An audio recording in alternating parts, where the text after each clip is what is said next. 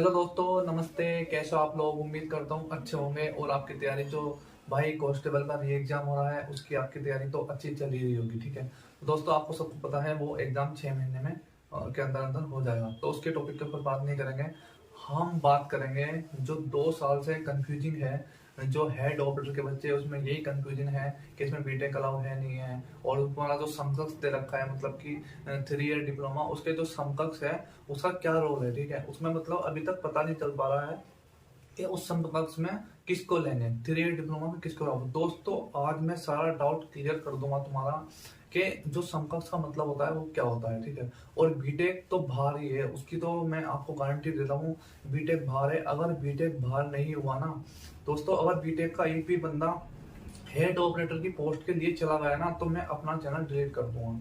ठीक है, ये जानकारी मैंने बहुत मुश्किल से निकाली है और कहाँ कहाँ से निकाली है आपके लिए। तो भाई डिप्लोमा वाले खुश हो जाओ आप तो, कि भाई बीटेक तो 100% बाहर है और बीटेक बाहर ही होगा। ठीक है, तो इसके बारे में हम बात करेंगे कि जो आपका समकक्ष का मतलब होता है, सही मतलब कि इसके इक्विवेलेंट क्या होगा। ठीक है, जो 3 और डिप्लोमा लिख रखा है उसके इक्विवेलेंट क्या होगा, और इसमें ही हम बात करेंगे आज। और मैं आपको डिटेल वाइज सब चीज बताऊंगा कि किस पोस्ट में क्या क्या मांग रखा है और किस पोस्ट में इक्विवेलेंट का क्या मतलब होता है। तो दोस्तों बस आपको वीडियो को लास्ट तक देखना है। अगर आपको समझना है इस वीडियो में मतलब कि इक्विवेलेंट का क्या मतलब होता है, और हमें अगर आप इसके लिए एलिजिबल हो, आपने कोई सी भी मतलब चीज कर रखी हो, क्या कर रखा हो डिप्लोमा के साथ, मैं आपको क्लियर बता दूंगा कि इसके अंदर क्या एलिजिबल होगा। तो बस आपको वीडियो को लास्ट तक देखना है। दोस्तों मैं आपके लिए बहुत अच्छी खुशखबरी लेके आया हूँ कि भाई इसमें आपको पूरा क्लियर हो जाएगा। तो भाई आपको सब्सक्राइब तो करना पड़ेगा चैनल को। मैं आपके लिए इतनी मेहनत करता हूँ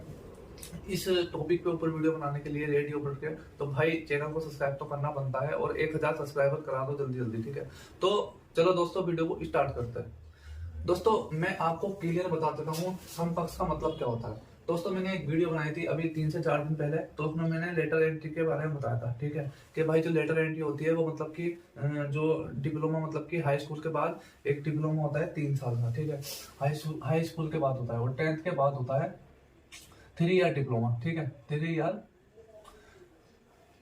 ईयर डिप्लोमा होता है वो। ठीक,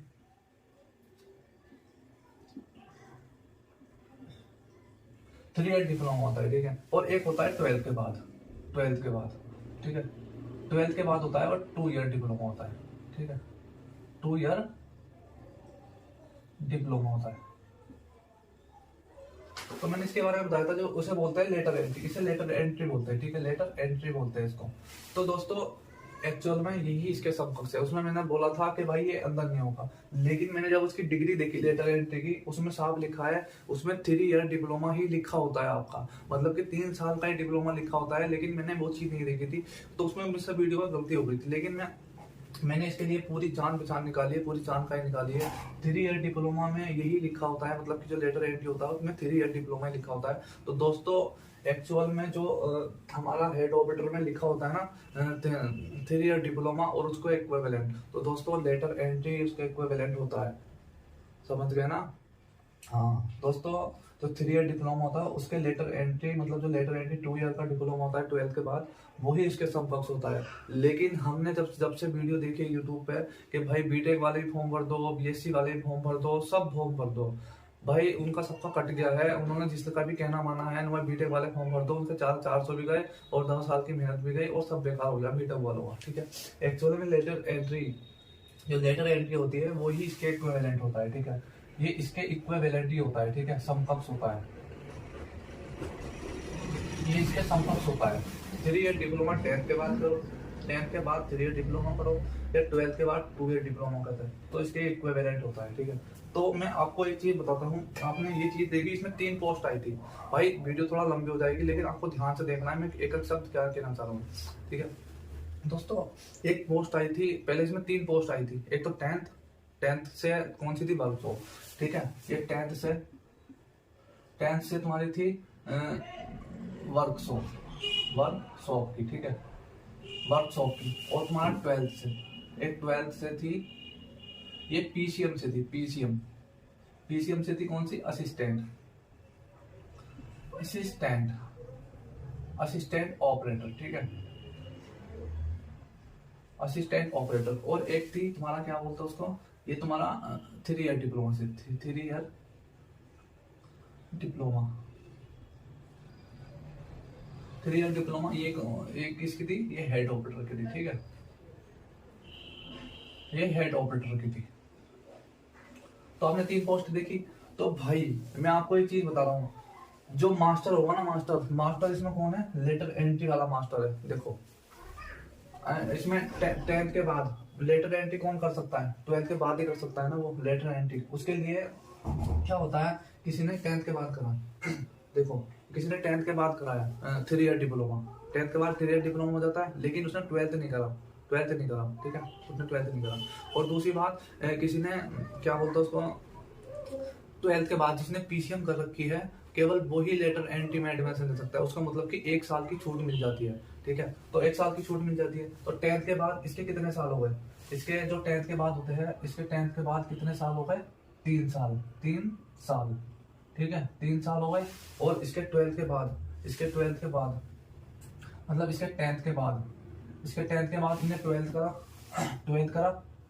12th करा और प्लस 2 साल का डिप्लोमा करा, ठीक है। तो उसके कितने साल हो गए टोटल, 2 साल ये, 2 साल ये, तो 4 साल हो गए, ठीक है, 4 साल हो गए, 4 साल हो गए। तो मास्टर कौन हुआ, ये लेटर एंट्री वाला मास्टर हुआ, 4 साल हो गए।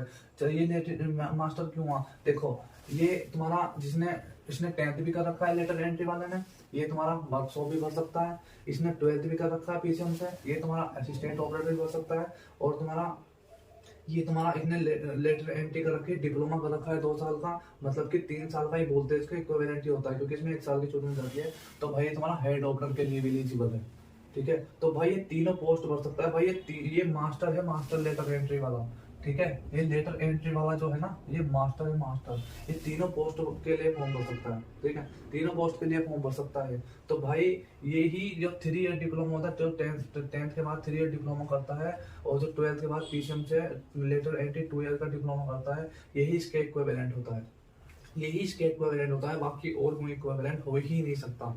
तो उसमें यही चीज बोल रखी है, उसके इक्विवेलेंट कुछ भी हो, ठीक है। अब मैं आपको एक चीज बताता हूँ, इसमें मैंने ये चीज लिख रखी है कि इसमें जो आरआरबी जेई है, सेल है, जो एनएचपीसीएल और डीआरडीओ है, इसमें मैंने आपको बिल्कुल अच्छे से समझा दूंगा कि कैसे क्या चीज है, लेटर एंट्री का क्या रोल है, ठीक है। देखो डीआरडीओ की बात करते हैं, इसमें लिख रखा है डिप्लोमा इन सिविल इंजीनियरिंग लिख रखा है। इसमें देखो डिप्लोमा इन सिविल इंजीनियरिंग लिख रखा है। डीआरडीओ एक पोस्ट होती है टेक्नीशियन की, आपको पता है, जो एक कंपनी होती है, ठीक है। इसमें ना लेटर एंट्री के बारे में बता रखा और ना 3 ईयर डिप्लोमा के बारे में बता रखा। तो इसमें लिख रखा है डिप्लोमा इन सिविल इंजीनियरिंग, इसका मतलब इसमें लेटर एंट्री वाले भी एलिजिबल है, ठीक है, लेटर एंट्री वाले भी एलिजिबल है, और तुम्हारा 3 ईयर जिसमें मतलब फुल टाइम, जो मतलब 3 साल का, जो 10th के बाद करते हैं डिप्लोमा, वो भी एलिजिबल है, ठीक है। तो दोनों इसमें एलिजिबल हो जाएंगे, इसमें डीआरडीओ दोनों एलिजिबल हो जाएंगे।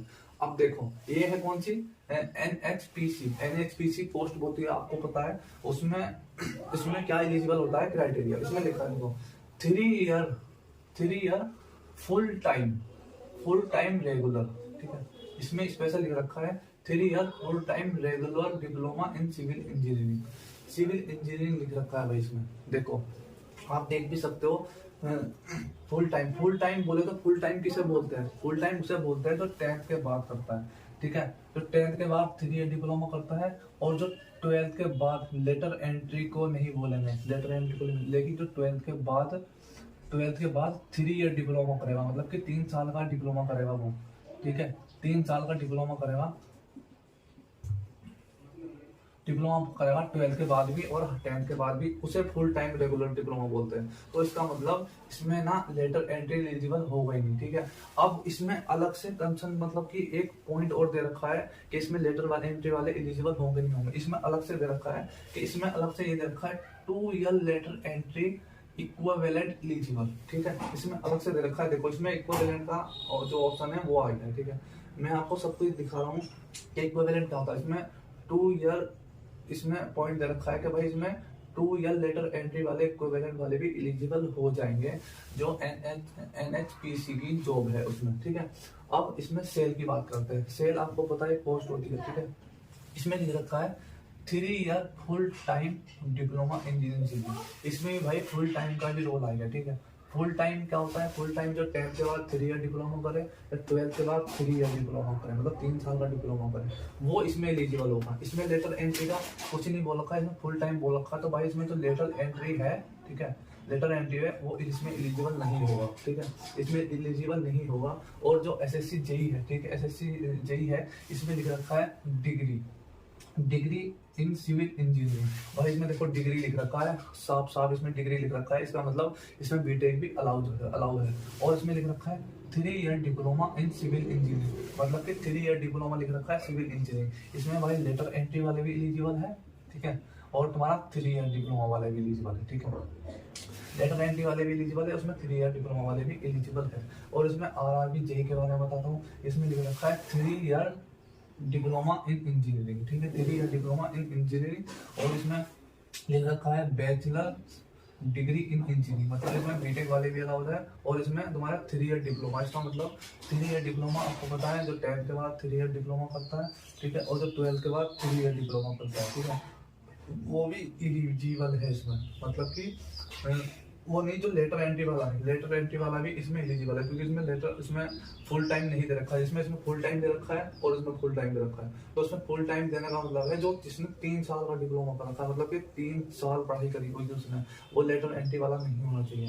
तो इसमें ये रोल है, आपको अच्छे से समझ में आ गया आए हो। और दोस्तों मैं आपको एक चीज बताता हूँ, आपको पता है हेड ऑपरेटर में जो पोस्ट थी हमारी हेड ऑपरेटर में, उसमें यही लिखा था 3 ईयर डिप्लोमा, ठीक है, डिप्लोमा, ठीक है, डिप्लोमा और उसके इक्विवेलेंट, ठीक है,